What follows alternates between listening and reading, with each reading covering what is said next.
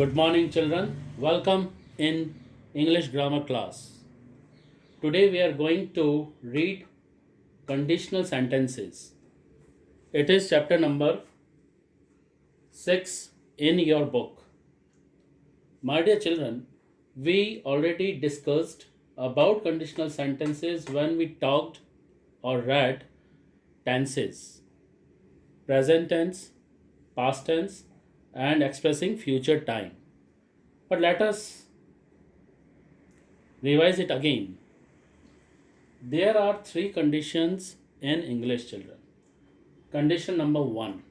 Let us see here. Probable condition. Probable condition, it is also called possible or open condition. It means that it is still possible because time has not got over. For example, if you work hard, you will score good marks.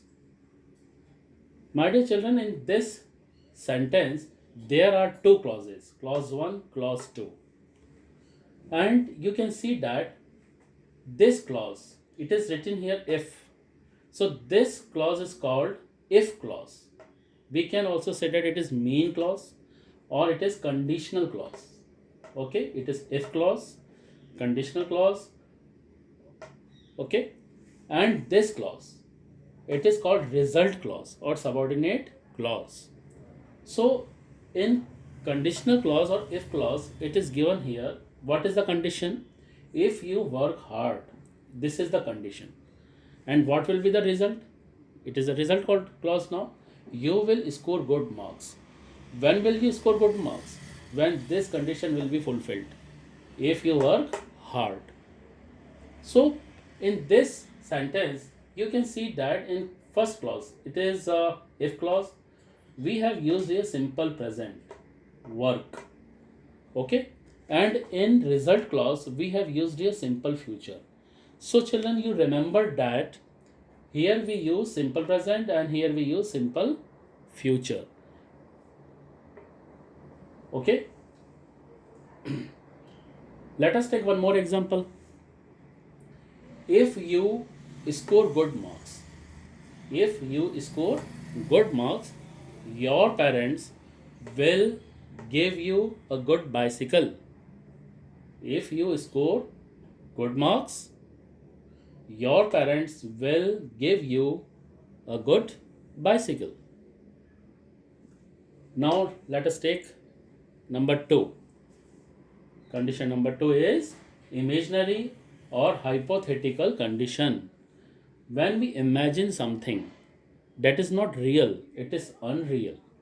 It is unreal past. So when we imagine something, that let us see that here how do we express in a sentence.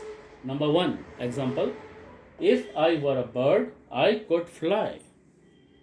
It means that here I just imagine that if I were a bird, it means that I am not a bird.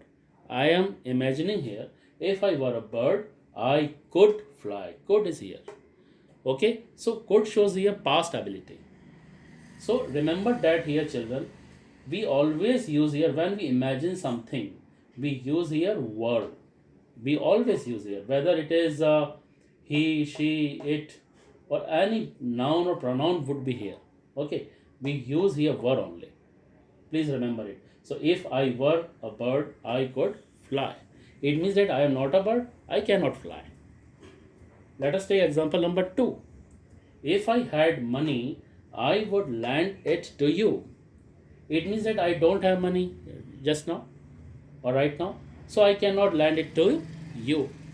So here again we have used a simple past, had. It is had is the second form of the verb of have. So if I had money, I would lend it to you. And remember that in this result clause, we can use here would, could, should, might, followed by first form of the verb. You already know that after all the modal verbs, we use first form of the verb.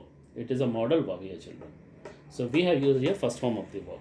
So would, could, should, might, and first form of the verb. So if I had money, I would lend it to you.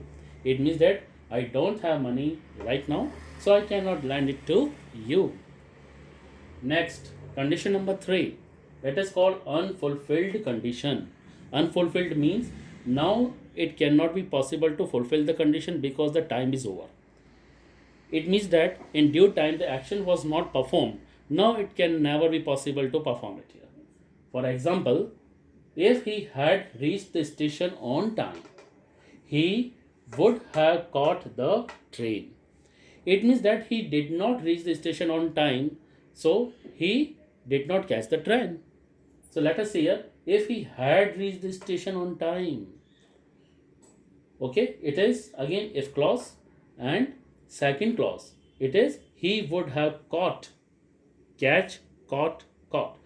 And remember that here we use in the first, it means that if clause, past perfect, had and third form of the verb, and in the result clause we can use here would have, could have, should have, might have, according to the need. Okay, so here we have used here would have caught and third form of the verb here. So let us see here again, if he had reached the station on time, he would have caught the train. It means that he did not reach the station on time, so he could not catch the train. It means that here. Now next,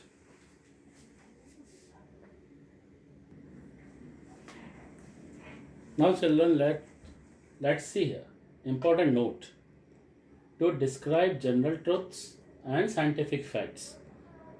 It means that in a sentence if two things are these described, then how to do. Example number 1, if you heat water at 100 degrees Celsius, it begins to boil. In such a condition, children, here in both the clauses, it means that if clause and result clause, in both the clauses we always use simple present. We always use simple present. If you heat water, heat. Okay, and here it begins to boil, begins. So remember it here. Example number 2, so it is first one is a it is related to scientific fact, and example number 2, it is related to general truth. If we respect others, others also respect us. So here again it is a general truth, everyone knows it, that if we respect, it is again simple present, if we respect others, others also respect us. So there is no change of the verb here, we always use here simple present. So please all of you remember, and thank you.